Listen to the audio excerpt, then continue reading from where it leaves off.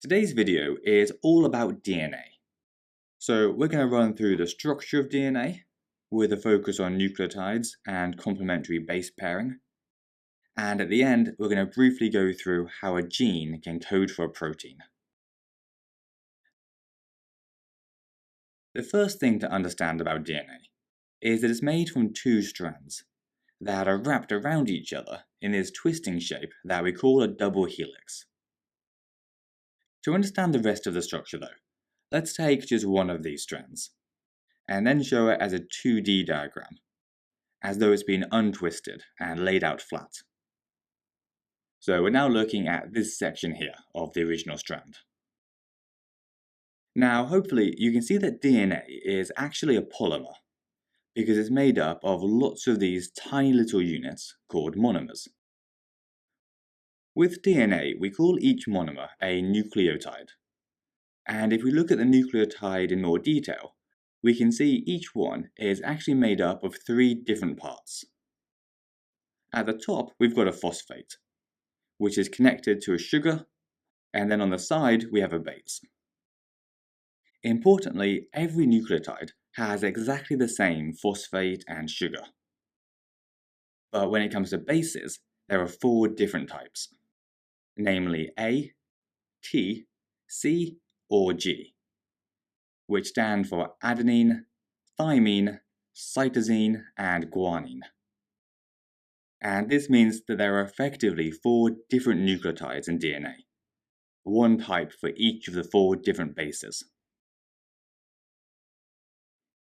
If you take a look at these 2 nucleotides here, we can see how they'd combine together to form a polymer. Basically, the phosphate of one nucleotide bonds to the sugar of the next nucleotide.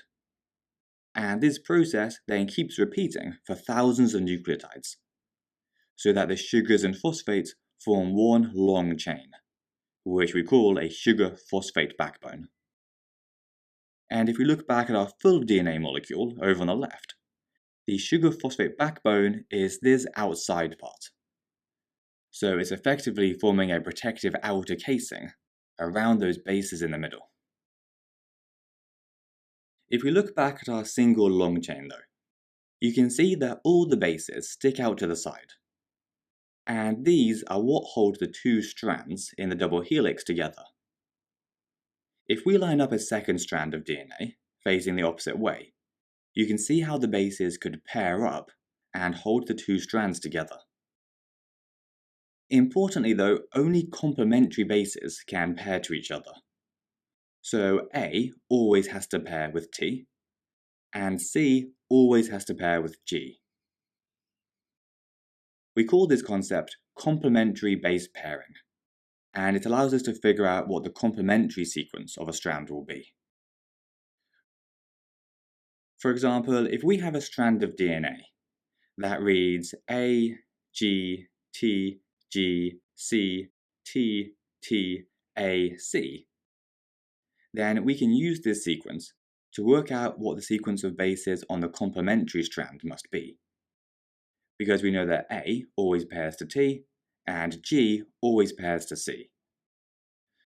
So we know that the first base on our complementary strand must be a T, because that's complementary to the A.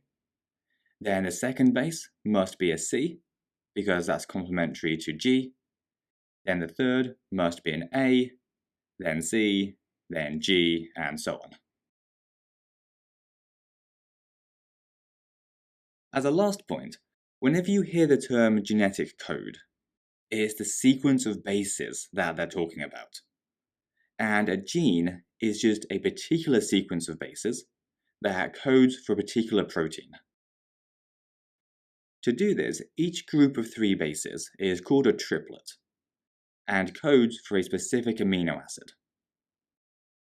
For example, AGT would code for one amino acid, while GCT might code for a different one, and TAC would code for a third.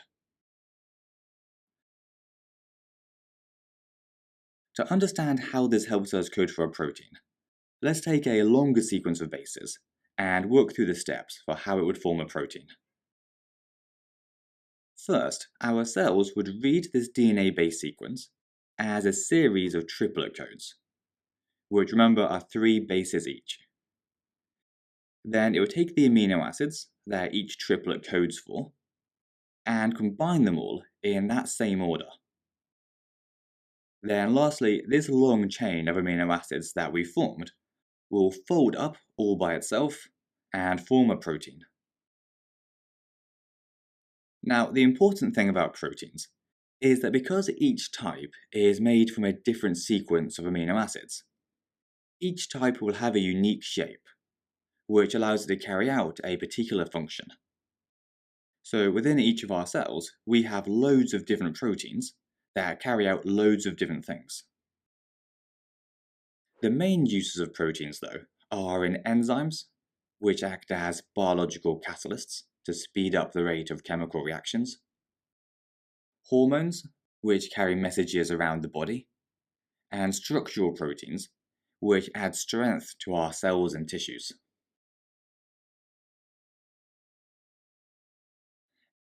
Anyways, that's everything for this video. So hope that made some sense and helped, and we'll see you again soon.